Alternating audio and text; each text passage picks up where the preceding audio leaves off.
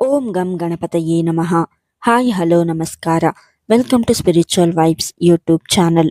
ಜನವರಿ ತಿಂಗಳ ಮಧ್ಯದಲ್ಲಿ ಮಕರ ರಾಶಿಯಲ್ಲಿ ಸೂರ್ಯ, ಮಂಗಳ, ಶುಕ್ರ ಹಾಗೂ ಬುಧ ಗ್ರಹಗಳ ಸಂಯೋಗದಿಂದಾಗಿ ಚತುರ್ಗ್ರಾಹಿ ಯೋಗದ ನಿರ್ಮಾಣವಾಗುವುದು.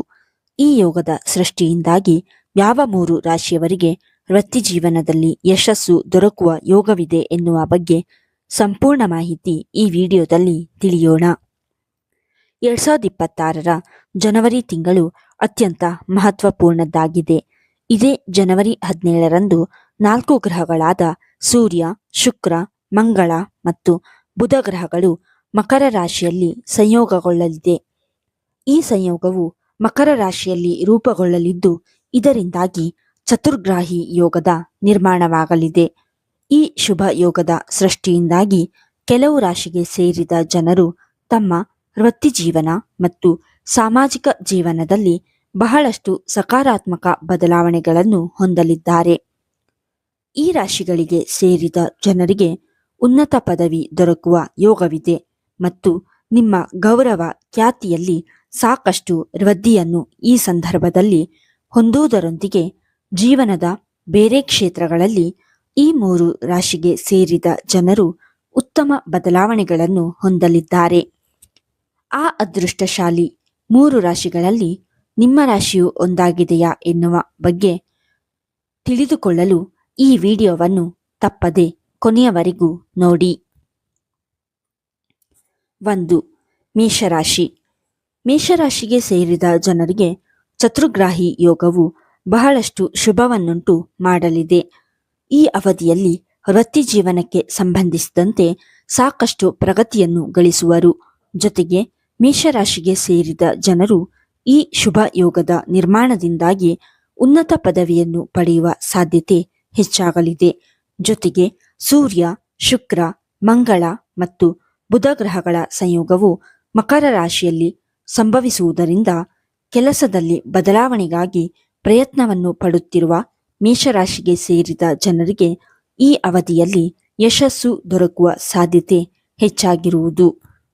ಈ ಶುಭ ಗ್ರಹಗಳ ಉತ್ತಮ ಪ್ರಭಾವದಿಂದಾಗಿ ಮೇಷರಾಶಿಗೆ ಸೇರಿದ ಜನರು ತಂದೆ ತಾಯಿಯ ಸಂಪೂರ್ಣ ಬೆಂಬಲವನ್ನು ಪ್ರತಿಯೊಂದು ಕ್ಷೇತ್ರದಲ್ಲಿ ನೀವು ಪಡೆಯುವಿರಿ.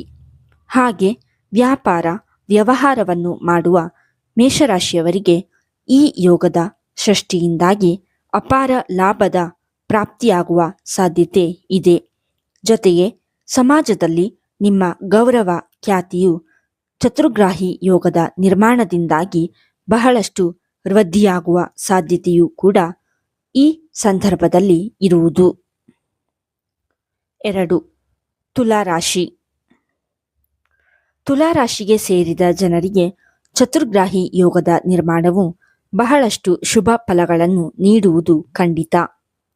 ಈ ರಾಶಿಗೆ ಸೇರಿದ ಜನರ ಅಧಿಪತಿ ಶುಕ್ರ ಗ್ರಹವಾಗಿದೆ. ಹಾಗಾಗಿ ಚತುರ್ಗ್ರಾಹಿ ಯೋಗದ ನಿರ್ಮಾಣವು ನಿಮ್ಮ ಜೀವನದಲ್ಲಿ ಸಾಕಷ್ಟು ಸಕಾರಾತ್ಮಕ ಬದಲಾವಣೆಗಳನ್ನುಂಟು ಮಾಡಲಿದೆ. ಜೊತೆಗೆ ವೃತ್ತಿ ಜೀವನಕ್ಕೆ ಸಂಬಂಧಿಸಿದಂತೆ ಈ ಸಂದರ್ಭದಲ್ಲಿ ನೀವು ಉತ್ತಮ ಅವಕಾಶಗಳನ್ನು ಕೂಡ ಪಡೆಯುವ ಸಾಧ್ಯತೆ ಇರುವುದು.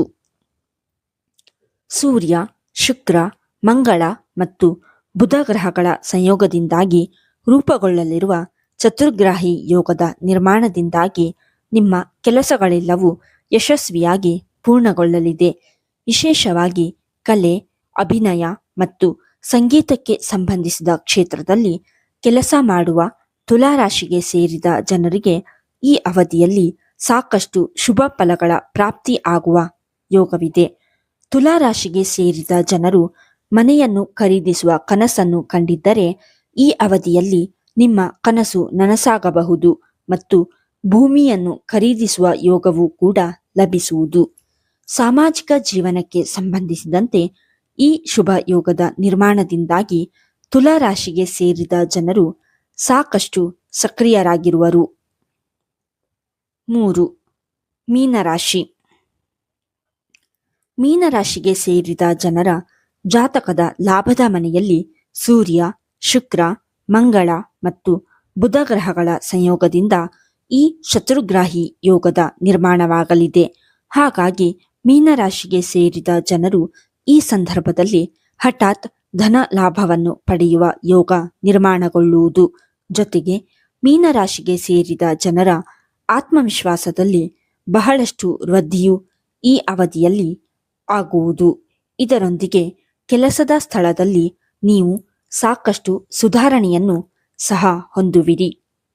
ಮೀನರಾಶಿಗೆ ಸೇರಿದ ಜನರು ಕೆಲಸದ ಸ್ಥಳದಲ್ಲಿ ಹೆಚ್ಚಿನ ಜವಾಬ್ದಾರಿಗಳನ್ನು ಈ ಸಂದರ್ಭದಲ್ಲಿ ಪಡೆಯುವರು ಅಥವಾ ಆದಾಯವು ಬಹಳಷ್ಟು ವೃದ್ಧಿಯಾಗುವ ಯೋಗವು ಕೂಡ ಈ ಸಂದರ್ಭದಲ್ಲಿ ಲಭಿಸುವುದು.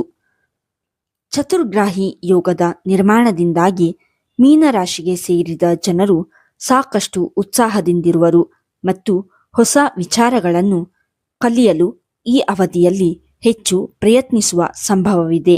ಹಾಗೆ ಸಾಮಾಜಿಕ ಜೀವನಕ್ಕೆ ಸಂಬಂಧಿಸಿದಂತೆ ಮೀನರಾಶಿಗೆ ಸೇರಿದ ಜನರ ಗೌರವ ಖ್ಯಾತಿಯು ಈ ಸಂದರ್ಭದಲ್ಲಿ ಬಹಳಷ್ಟು ವೃದ್ಧಿಯಾಗಲಿದೆ. ಮೇಲೆ ಹೇಳಿರುವ 3 ರಾಶಿಗಳಾದ ಮೇಷ, ತುಲಾ ಮತ್ತು ಮೀನರಾಶಿಗೆ ಸೇರಿದ ಜನರಲ್ಲಿ ನಿಮ್ಮ ರಾಶಿಯು ಒಂದಾಗಿದ್ದರೆ ಇದೇ ಜನವರಿ 17ರಂದು ಮಕರ ರಾಶಿಯಲ್ಲಿ ಸಂಯೋಗದಲ್ಲಿರುವ ಸೂರ್ಯ, ಮಂಗಳ, ಶುಕ್ರ ಮತ್ತು ಬುಧ ಗ್ರಹಗಳಿಂದಾಗಿ ನಿರ್ಮಾಣಗೊಳ್ಳುವ ಈ ಚತುರ್ಗ್ರಾಹಿ ಯೋಗವು ನಿಮ್ಮ ಜೀವನದಲ್ಲಿ ಸಾಕಷ್ಟು ಸಕಾರಾತ್ಮಕ ಬದಲಾವಣೆಗಳನ್ನುಂಟು ಮಾಡುವುದು.